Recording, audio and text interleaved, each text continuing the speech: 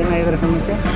ಕೊಪ್ಪಳ ಜಿಲ್ಲೆಯ ಕೊಪ್ಪಳ ನಗರದ ಗವಿಸಿದ್ದಪ್ಪ ನಾಯಕ್ ಎಂಬ 26 ವರ್ಷದ ಯುವಕನ ಮೇಲೆ ಸುಮಾರು 15 ಜನ ಸೇರಿಕೆಸಿಂದು ಅವರನ್ನು ರುಂಡವನ್ನು ಚೆಂಡಾಡಿರ್ತಾರೆ. ಇದೇ ರೀತಿ ಕರ್ನಾಟಕ ರಾಜ್ಯದಲ್ಲಿ ಕೊಲೆಗಳು ಮತ್ತು ರೇಪ್ ಕೇಸ್ಗಳು ತುಂಬ ಕಣ್ಣಿಗೆ ಬೆಳಕಿಗೆ ಕಂಡು ಬರ್ಲಾಗ್ತವ. ಇದು ಗೊತ್ತಿದ್ರೂ ಸರ್ಕಾರ ಕಣ್ಣು ಮುಚ್ಚಿಕೊಳ್ಳಾಗೈತದ.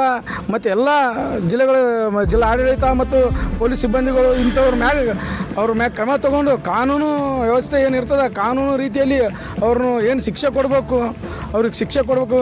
ಅವ್ರು CID ತನಿಖೆಗೆ ಆಗಬೇಕು ಅಂಥವ್ರು ತಪ್ಪಿಗಸ್ತರ ವಿರುದ್ಧರ ಮೇಲೆ.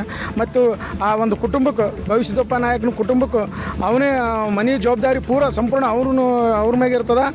ಆ ಕುಟುಂಬಕ್ಕೆ ಏನಾದರೂ ಸರ್ಕಾರದಿಂದ ಅವ್ರಿಗೆ ಪರಿಹಾರದಾನ ಕೊಟ್ಟು ಇಲ್ಲ ಅಥವಾ ಯಾವುದಾದ್ರೂ ಒಂದು ಸಣ್ಣ ಪುಟ್ಟ ಒಂದು ನೌಕರಿ ಕೊಟ್ಟು ಕೇಸಿಂದ ಆ ಕುಟುಂಬನ ನಡೆಸಿಕೊಡ್ಬೇಕಂತ ಸರ್ಕಾರಕ್ಕೆ ಒಂದು ಸಣ್ಣ ಮನವಿ ಮಾಡಿಕೊಡ್ತೇನೆ. ಯಾದಗಿರಿ ಜಿಲ್ಲೆಯಿಂದ ನರಸಪ್ಪ ನಾಯಕ, ಅಖಿಲ ಕರ್ನಾಟಕ ವಾಲ್ಮೀಕಿ ನಾಯಕ ಜಿಲ್ಲಾಧ್ಯಕ್ಷ ಯುವ ಘಟಕ.